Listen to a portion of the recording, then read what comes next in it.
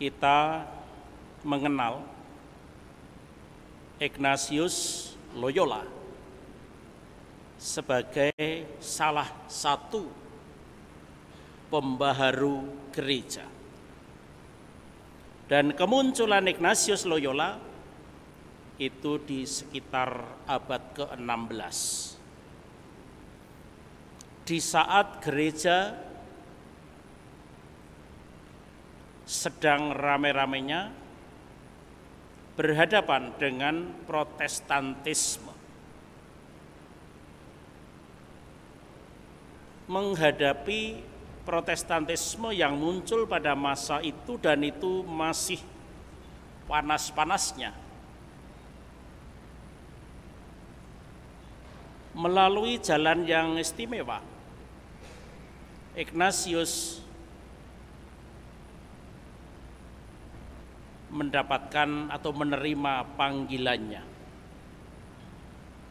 melalui sebuah peristiwa perang di Spanyol.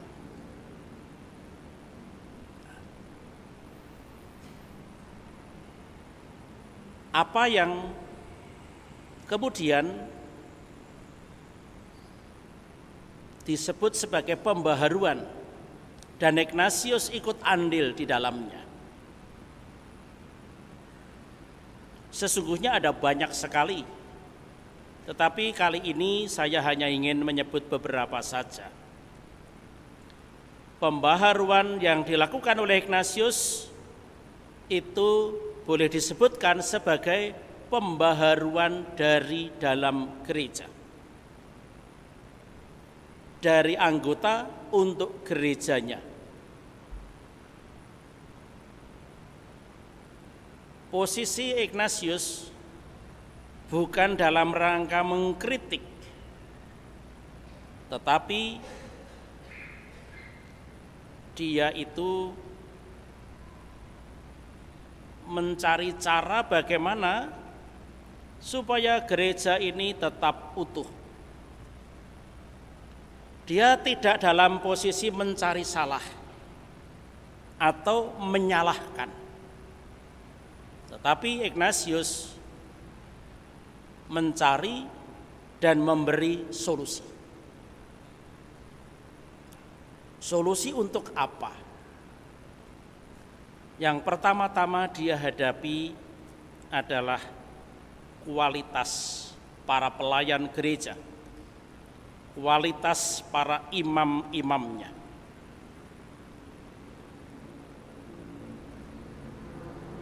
Karena disitulah titik penting dari Protestantisme. Martin Luther mengkritik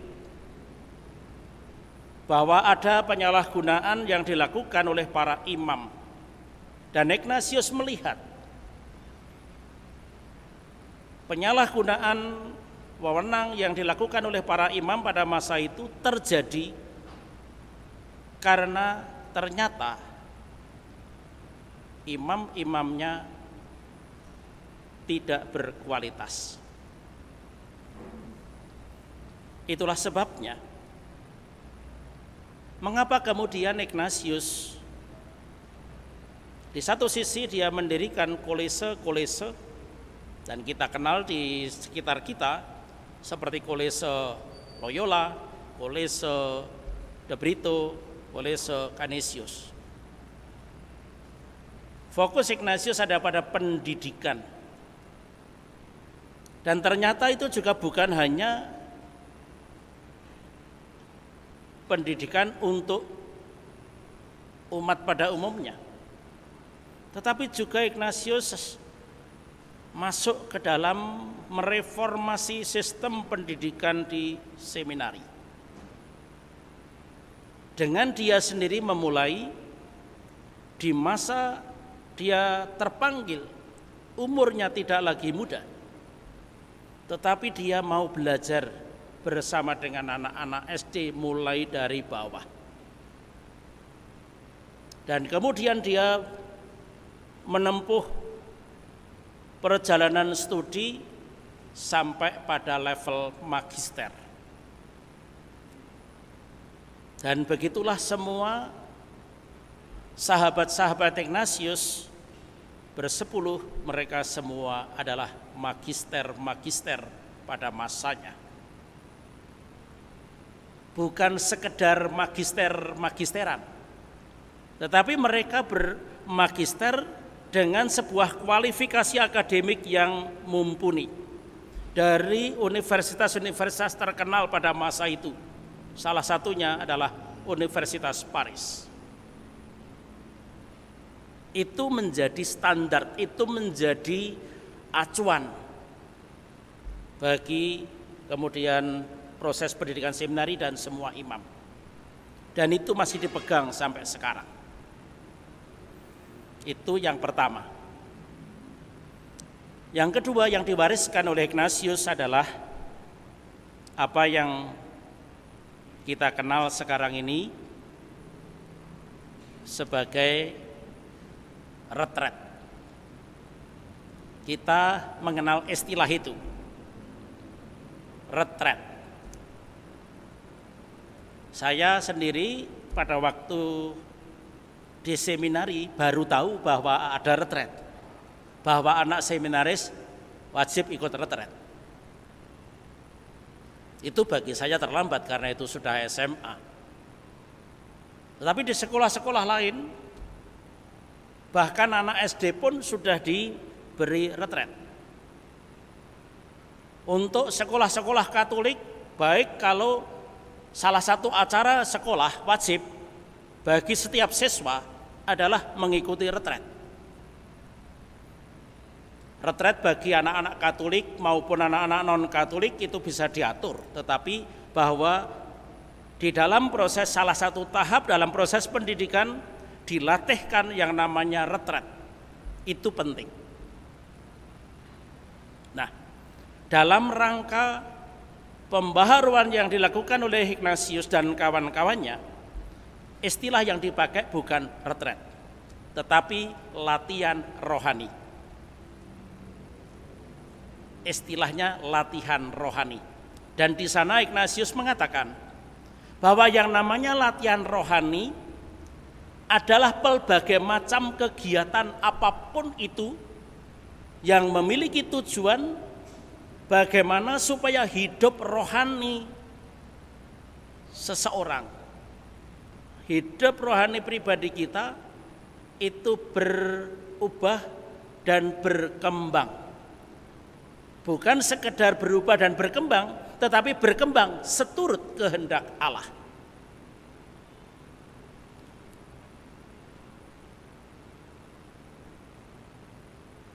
Jadi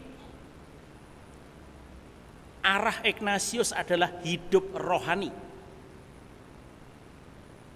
Dan itu bisa dilaksanakan oleh setiap orang. Fokus Ignatius bukan pada mendirikan biara atau hidup sebagai biarawan, tidak. Bahkan salah satu ciri dari para biarawan, biarawati pada masa itu adalah yang namanya mengadakan doa ofisi atau doa brevir. Ignatius juga mengatakan kita sebagai orang Katolik, orang Kristiani, yang penting bukan di situ. Yang penting adalah refleksi. Biara, doa ofisi, atau bahkan mungkin juga baju biara, di mata Ignatius itu hanya tata lahir saja. Fokus Ignatius bukan ada di tata lahir, tetapi lebih pada tata batin.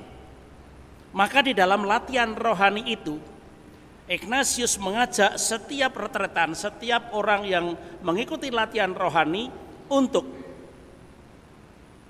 belajar mengadakan refleksi, belajar mengenal kembali jejak-jejak Allah di masa yang sudah dilewati, bagaimana Allah menuntun kita hingga pada titik sekarang ini. Entah itu masa lalu itu katakanlah menyakitkan ataupun mungkin membahagiakan.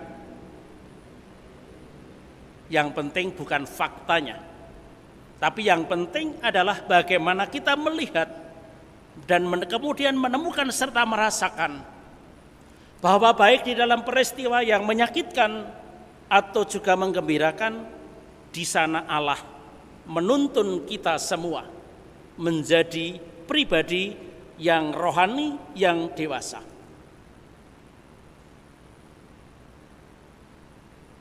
Kita mungkin pernah mendengar istilah penyembuhan luka-luka batin. Nah, istilah itu tidak muncul pada masa Ignatius.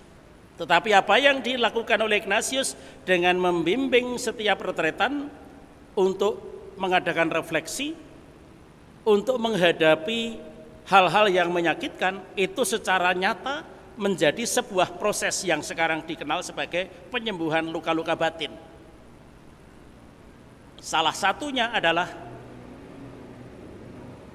kita bisa mengingat misalkan salah satu potongan hidup Stanislaus Kotska, pelindung gereja kita atau pelindung kolese.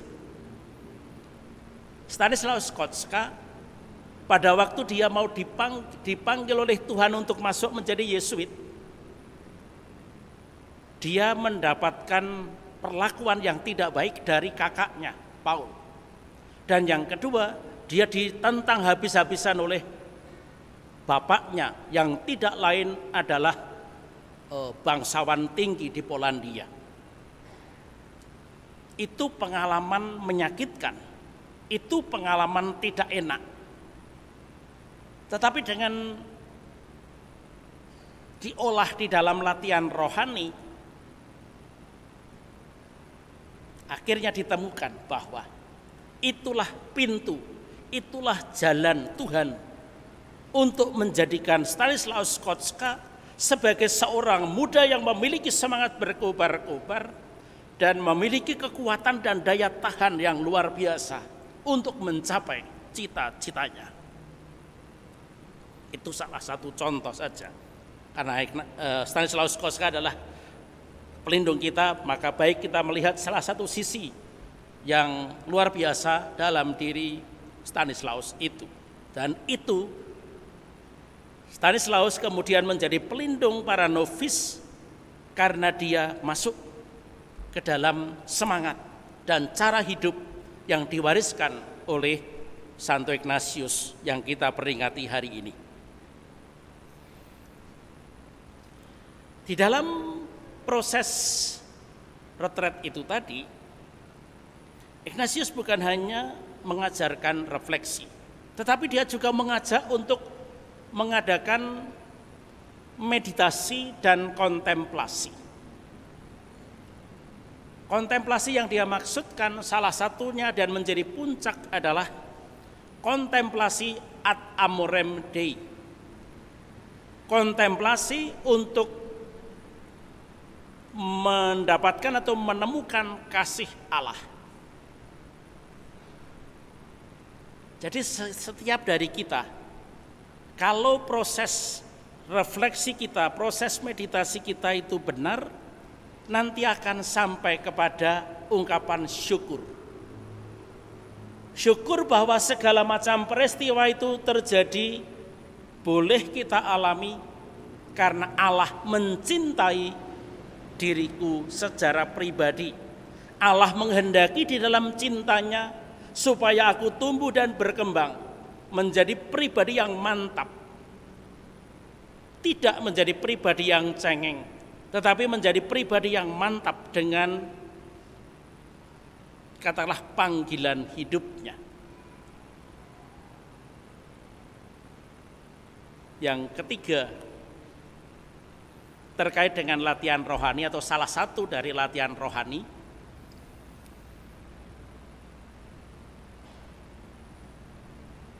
adalah istilahnya mungkin pakai bahasa Latin itu abnegatio sui. Itu penyangkalan diri. Itu kita bisa masuk ke dalam teks ini, teks Injil hari ini. Teks Injil hari ini bertema tentang warisan. Warisan, harta, kekayaan. Dalam kisah ini, dan mungkin juga menjadi kisah hidup kita semua, yang namanya warisan selalu menarik. Warisan bukan hak, tetapi kita mengingini warisan itu. Kita mengingini supaya kita mendapatkan yang banyak. Kalau kita tidak diberi warisan, mungkin akan seperti orang yang datang kepada Yesus tadi. Katakan kepada saudaraku supaya ia berbagi warisan dengan aku. Orang bisa kemaruk seperti cerita perumpamaan yang disampaikan oleh Yesus. Orang bisa menumpuk kekayaan, menumpuk apapun itu bisa ditumpuk. Ada hal-hal yang tidak wajar. Kita bekerja mendapatkan gaji katakanlah 5 juta. Menurut hitungan normal itu sudah jauh di atas rata-rata UMR. Teorinya itu cukup untuk 1 bulan, 1 keluarga atau 1 pribadi bahkan. Tetapi kita tahu cerita belum berakhir. Kita belum lama mendengar cerita yang amat fantastis dari sebuah lembaga apa itu namanya? Lembaga dana sosial itu yang menggaji dirinya. Informasi pertama 250 sekian juta 1 bulan. Dan ternyata sekarang informasi itu dikoreksi lagi menjadi 450 juta 1 bulan. Itu namanya kemaruk. Itu namanya tidak melihat harta sebagai sebuah sarana untuk hidup bersama dengan orang lain. Di dalam angka-angka itu kelihatan bahwa mereka hanya memikirkan dirinya sendiri, kesenangannya sendiri. Dari kacamata Ignatius, itu menyalahi tujuan Allah menciptakan kita. Itu menyalahi tujuan Allah memberikan kepada kita pekerjaan, bahkan memberikan harta dan fasilitas hidup. Salah satu poin penting di dalam apa yang diwariskan oleh Ignatius adalah setiap dari kita sejak awal harus menyadari apa tujuan hidup manusia. Dan di sana Ignatius mengatakan tujuan manusia diciptakan oleh Allah adalah untuk memuji dan memuliakan Allah.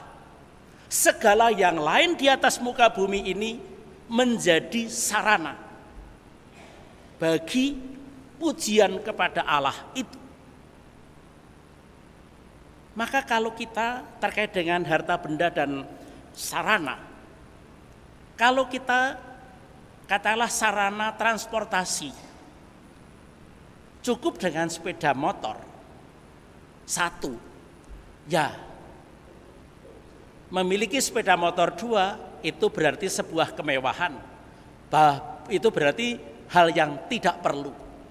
Artinya kita tidak memerlukan 2 sepeda motor. Juga tidak mungkin kita bisa naik 2 sepeda motor sekaligus bersama-sama. Itu bukan akrobat.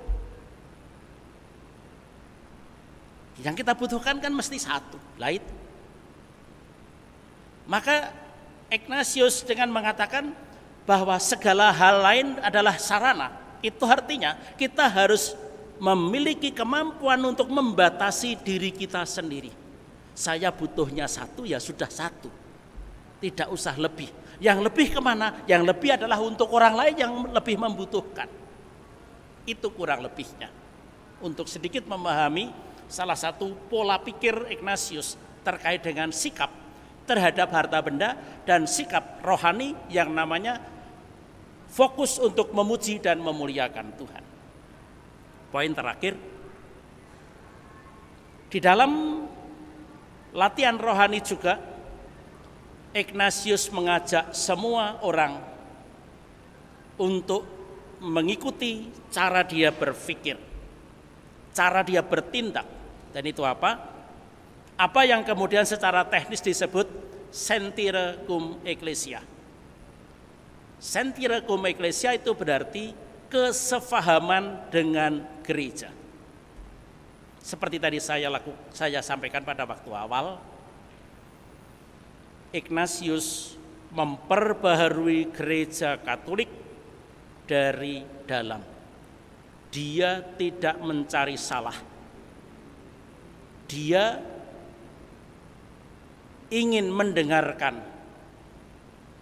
apa yang dikatakan oleh umat, mendengarkan dan mencari informasi apapun, apa yang diinginkan atau dikehendaki oleh para pejabat gereja, mendengarkan dan menyerap segala macam informasi dan update mengenai situasi dari situasi masyarakat luas atau dunia.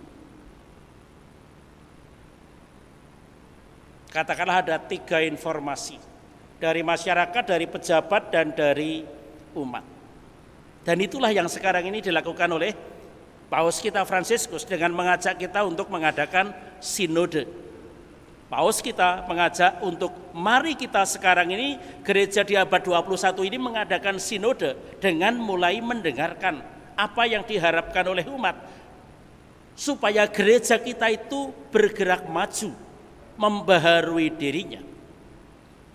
Kita sebagai umat diajak untuk tidak pasif mendengarkan apa yang dikatakan oleh para pejabat.